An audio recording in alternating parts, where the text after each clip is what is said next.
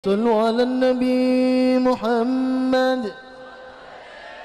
يا نبي سلام عليك، يا رسول سلام عليك، يا حبيب سلام عليك، صلوات الله عليك.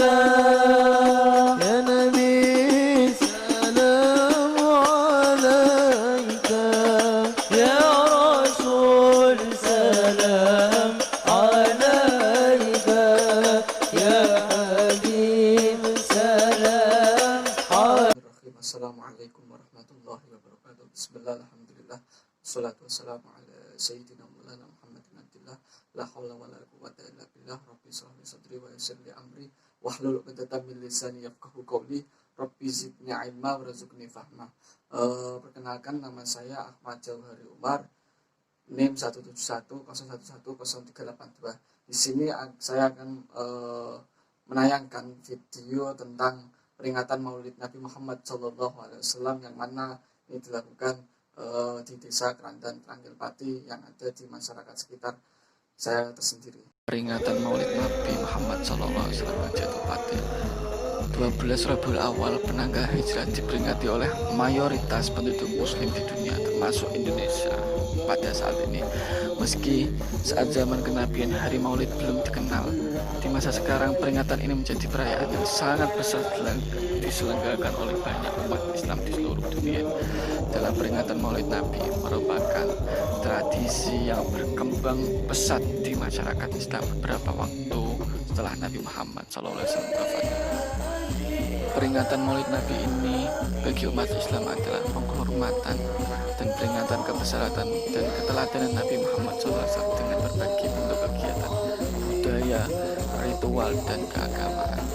Meski sampai saat ini masih ada kontroversi tentang peringatan tersebut antara beberapa ulama khilafiyah yang memandang bid'ah atau bukan bid'ah, tetapi momentum peringatan Maulid Nabi ini juga menjadi penyemangat untuk menyatukan semangat dan kegairahan keislaman dalam bingkai ukhuwah Islamiyah. Perayaan Maulid Nabi Muhammad SAW ini di bangsa Arab menurut Ahmad Sauri dalam sejarah Maulid, perayaan Maulid Nabi sudah dilakukan oleh masyarakat muslim sejak tahun kedua Hijrah.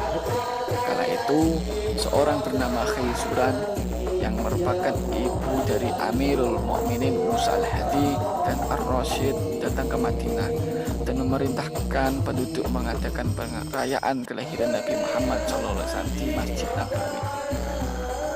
Dari Madinah, Khayzuran yang menyambangi Makkah dan melakukan perintah yang sama penduduk Makkah untuk merayakan kelahiran Nabi Muhammad SAW. Jika di Madinah bertempat di masjid, Khayzuran memerintahkan kepada penduduk Makkah untuk merayakan Maulid di rumah-rumah. Nah, ini merupakan sebuah perintah dari Khayzuran dilakukan di rumah-rumah. Ini sudah tradisi di Indonesia juga dianut di berbagai wilayah sudah melakukan perayaan Maulid Nabi menjadikan di rumah-rumahnya yang sudah kita kenal safari Maulid. Khayzuran merupakan sosok berpengaruh selama masa pemerintahan tiga khalifah dinasti Abbasiyah, yaitu pada masa Khalifah Al-Mahdi bin Mansur Al-Abbas, suami Khalifah Al-Hadi, dan Khalifah Ar-Rasyid putra.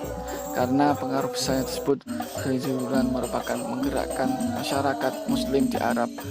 Hal ini dilakukan agar teladan ajaran kepemimpinan Maulid mulia Nabi Muhammad SAW terus menginspirasi menjadi suri tauladan bagi kita semuanya, umumnya kepada umat Islam di dunia ini. Hikmah daripada peringatan Maulid Nabi ini yaitu dapat dihidupkan oleh umat Islam dengan semangat juang dengan cara mempertebal keimanan kita, kecintaan kita kepada Nabi Agung Muhammad SAW, seorang jenderal dan pejuang Muslim Kurdi dari Tikrit yang kita kenal daerah utara Irak saat ini, yang dikenal sebagai Salahuddin Al-Ayyubi, mengimbau umat Islam di seluruh dunia agar hari lahir Nabi Muhammad SAW pada tanggal 12 Rabiul Awal yang setiap tahunnya berlalu begitu saja tanpa diperingati, kini dirayakan secara massal, secara beramai-ramai. Nah, Salahuddin Al-Ayyubi ini agar perayaan Maulid Nabi ini menjadi tradisi bagi umat Islam di seluruh dunia dengan tujuan meningkatkan semangat juang, bukan sekadar perayaan ulang tahun yang biasa. Namun gagasan Salahuddin Al-Ayyubi ini tentang peringatan Maulid Nabi ditentang oleh para ulama, sebab zaman Nabi peringatan seperti ini tidak pernah ada. Lagi pula hari raya resmi menurut ajaran agama cuma ada dua, yaitu Idul Fitri dan Idul Adha. Akan tetapi Salahuddin menegaskan bahwa perayaan Maulid Nabi hanyalah kegiatan yang menyemarakkan syiar agama, bukan perayaan yang bersifat ritual, sehingga tidak dapat dikatakan bid'ah yang terlarang. Ketika Salahuddin meminta persetujuan dari Khalifah An-Nasir di Baghdad, ternyata khalifah tersebut menyetujui dan memerintahkan Salahuddin untuk menyebarkannya. Maka pada ibadah haji bulan Zulhijjah tahun 579 Hijriah atau 1183